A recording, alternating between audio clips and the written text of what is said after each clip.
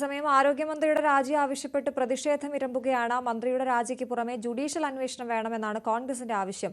സംസ്ഥാനത്തെ വിവിധ കേന്ദ്രങ്ങളിൽ പ്രതിപക്ഷ പ്രതിഷേധം സംഘർഷത്തിൽ കലാശിച്ചു. എന്നാൽ അപകടമുണ്ടായപ്പോൾ തെരച്ചിൽ നിർത്തിവെക്കാൻ പറഞ്ഞു എന്നത് തെറ്റായ പ്രചരണമെന്നായിരുന്നു മന്ത്രി വി.എൻ. വാസവന്റെ വിശദീകരണം. അപകടം നടന്ന് 20 മിനിറ്റിനുള്ളിൽ ആരോഗ്യമന്ത്രി മെഡിക്കൽ കോളേജിലെത്തിയെങ്കിലും ആളൊഴിഞ്ഞ കെട്ടിടമെന്ന പ്രസ്താവന രക്ഷാദൌത്യം വൈകിച്ചെന്നാണ് ആരോപണം. അപകടത്തെ ലഘൂകരിക്കാൻ ശ്രമിച്ച വീണ ജോർജ് രാജിവെക്കണമെന്ന ആവശ്യം കടുപ്പിക്കുകയാണ് പ്രതിപക്ഷം. ധാർമ്മികമായും നിയമപരമായും മന്ത്രിസ്ഥാനത്ത് തുടരാൻ വീണ ജോർജിന് അർഹതയില്ലെന്നാണ് പ്രതിപക്ഷ നിലപാട്. കളക്ടർ തലത്തിലുള്ള അന്വേഷണം മാത്രം പോരെന്നും ജുഡീഷ്യൽ അന്വേഷണം വേണമെന്നും പ്രതിപക്ഷം ആവശ്യപ്പെടുന്നു. വളരെ പാവപ്പെട്ട വീടുപണി പൂർത്തിയാക്കാത്തൊരു കുടുംബമാണ്. അവർക്ക് 25 ലക്ഷം രൂപ മിനിമം നഷ്ടപരിഹാരം കുടുംബത്തിന് കൊടുക്കണം. ആ കുട്ടിയുടെ ചികിത്സ സർക്കാർ ഏറ്റെടുക്കണം. ആ കുടുംബത്തിൽ നിന്നൊരാൾക്കൊരു ജോലി കൊടുക്കാൻ സർക്കാർ തയ്യാറാണ്. ഇങ്ങനെയാണ് അതാണ് ആശ്വസിപ്പിക്കാൻ പറ്റുന്നത്. ആരോഗ്യമന്ത്രി ആ സ്ഥാനത്ത് തുടരാൻ യോഗ്യമല്ല. അവർ ഈ ആരോഗ്യ കേരളത്തെ ഞങ്ങൾ പറഞ്ഞതുപോലെ ആരോഗ്യ കേരളത്തെ അവർ വെന്റിലേറ്ററിലാക്കി. അവരുടെ PR പ്രൊപ്പഗാൻഡ മാത്രമാണ് ഉള്ളത്. കേരളത്തിലെ മുഴുവൻ മെഡിക്കൽ കോളേജുകളിലും സർക്കാർ ആശുപത്രികളിലും ഇത് തന്നെയാണ് സ്ഥിതി. ഇവിടെ എത്തിയ മന്ത്രിമാര് അവരിവിടെ ആരെങ്കിലും അകപ്പെട്ടിട്ടുണ്ടോ എന്ന് പരിശോധിക്കാനും ആവശ്യമായ രക്ഷാപ്രവർത്തനം നടത്താനും നിർദ്ദേശം നൽകുന്നതിന് പകരം ഇവിടെ ആരുമില്ല, ഒന്നും പറ്റിയിട്ടില്ല എന്ന സംഭവത്തെ ലഘൂകരിക്കാനും വൈറ്റ് വാഷ് ചെയ്യാനുമാണ് അവർ ശ്രമിച്ചത്.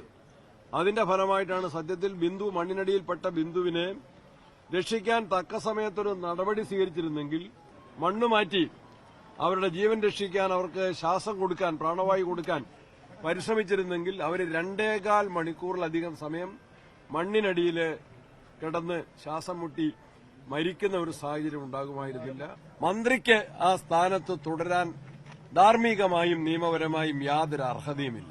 KPCC അധ്യക്ഷൻ സണ്ണി ജോസഫും നേതാക്കളും അപകടസ്ഥലം സന്ദർശിച്ചു. അതേസമയം രക്ഷാപ്രവർത്തനത്തിൽ വീഴ്ച ഉണ്ടായിട്ടില്ലെന്ന നിലപാടിലാണ് ജില്ലയുടെ ചുമതലയുള്ള മന്ത്രി കൂടിയായ വി.എൻ. വാസവൻ. അപകടമുണ്ടായപ്പോൾ തെരച്ചിൽ നിർത്തിവെക്കാൻ പറഞ്ഞു എന്നത് തെറ്റായ പ്രചരണമാണ്. ഉപയോഗശൂന്യമായ കെട്ടിടമെന്ന് പറഞ്ഞതിന് മന്ത്രിയുടെ പ്രതികരണം ഇങ്ങനെ: അവിടെ ഒരു തരത്തിലുള്ള കാലതാമസവും ഈ കാര്യത്തിൽ ഉണ്ടായിട്ടില്ല. യന്ത്രം കയറി വരാനുള്ള ബുദ്ധിമുട്ട് പ്രായോഗികമായി കെട്ടിടം ചുറ്റുമുള്ള ഒരു പ്രദേശമായിട്ട് പോയി നോക്കുന്നവർക്കറിയാം. ഇത് അകലെ നിൽക്കുന്നവർക്കാർക്ക് ഇത് അറിയില്ലല്ലോ. മന്ത്രിയുടെ രാജി ആവശ്യപ്പെട്ട പ്രതിപക്ഷ സംഘടനകൾ പ്രതിഷേധവുമായി തെരുവിലിറങ്ങി. മന്ത്രിയുടെ ഔദ്യോഗിക വസതിയിലേക്ക് മാർച്ച് നടത്തിയ BJP പ്രവർത്തകർക്ക് നേരെ പോലീസ് ജലപീരങ്കി പ്രയോഗിച്ചു.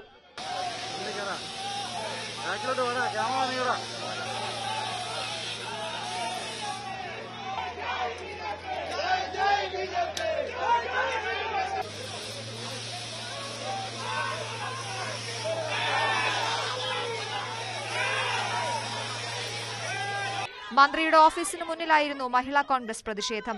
ഓഫീസ് ഉപരോധിക്കാൻ ശ്രമിച്ച പ്രവർത്തകരെ വനിതാ പോലീസ് ഉദ്യോഗസ്ഥരുടെ അഭാവത്തിൽ തടയാൻ ശ്രമിച്ചത് വാക്കേറ്റത്തിന് ഇടയാക്കി.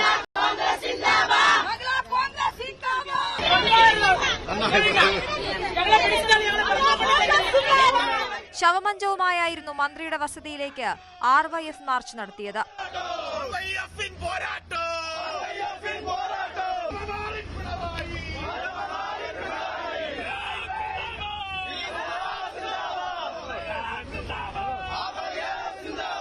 കോട്ടയം മെഡിക്കൽ കോളേജിലേക്ക് യൂത്ത് കോൺഗ്രസ് നടത്തിയ മാർച്ച് സംഘർഷത്തിൽ കലാശിച്ചു.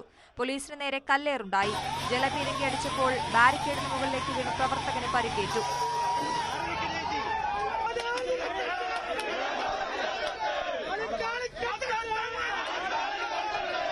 പോലീസ് തീർത്ത സുരക്ഷാ വലയം മറികടന്ന് കോട്ടയം മെഡിക്കൽ കോളേജിന്റെ OP ബ്ലോക്കിന് മുന്നിൽ കുത്തിയിരുന്നായിരുന്നു BJPയുടെ പ്രതിഷേധം. ജീവിച്ചിരിക്കുന്ന മകൾക്ക് വേണ്ടി, മകന് വേണ്ടി വേദനകൾ അനുഭവിച്ചുകൊണ്ട് എന്റെ സഹപ്രവർത്തകന്മാർ ഇവിടെ വന്നെത്തിയിരിക്കുകയാണ്. ഇതൊരു സൂചനാ സമരമാണ്. നിങ്ങൾ സൂപ്രണ്ടിനെ എങ്ങാനും തൂക്കിക്കൊല്ലാൻ തീരുമാനിച്ചാൽ പിന്നെ കോട്ടയത്ത് 2 സമരം കൊണ്ട് കാര്യം തീരുമെന്ന് വാസവൻ മന്ത്രി വിചാരിക്കേണ്ട, വീണ ജോർജും വിചാരിക്കേണ്ട എന്ന് അറിയിക്കാൻ ഞങ്ങൾ ഈ സമരത്തെ ഉപയോഗപ്പെടുത്തുകയാണ്. കോട്ടയം DCCയുടെ നേതൃത്വത്തിൽ മെഡിക്കൽ കോളേജിലേക്ക് നടത്തിയ മാർച്ച് തിരുവഞ്ചൂർ രാധാകൃഷ്ണൻ ഉദ്ഘാടനം ചെയ്തു.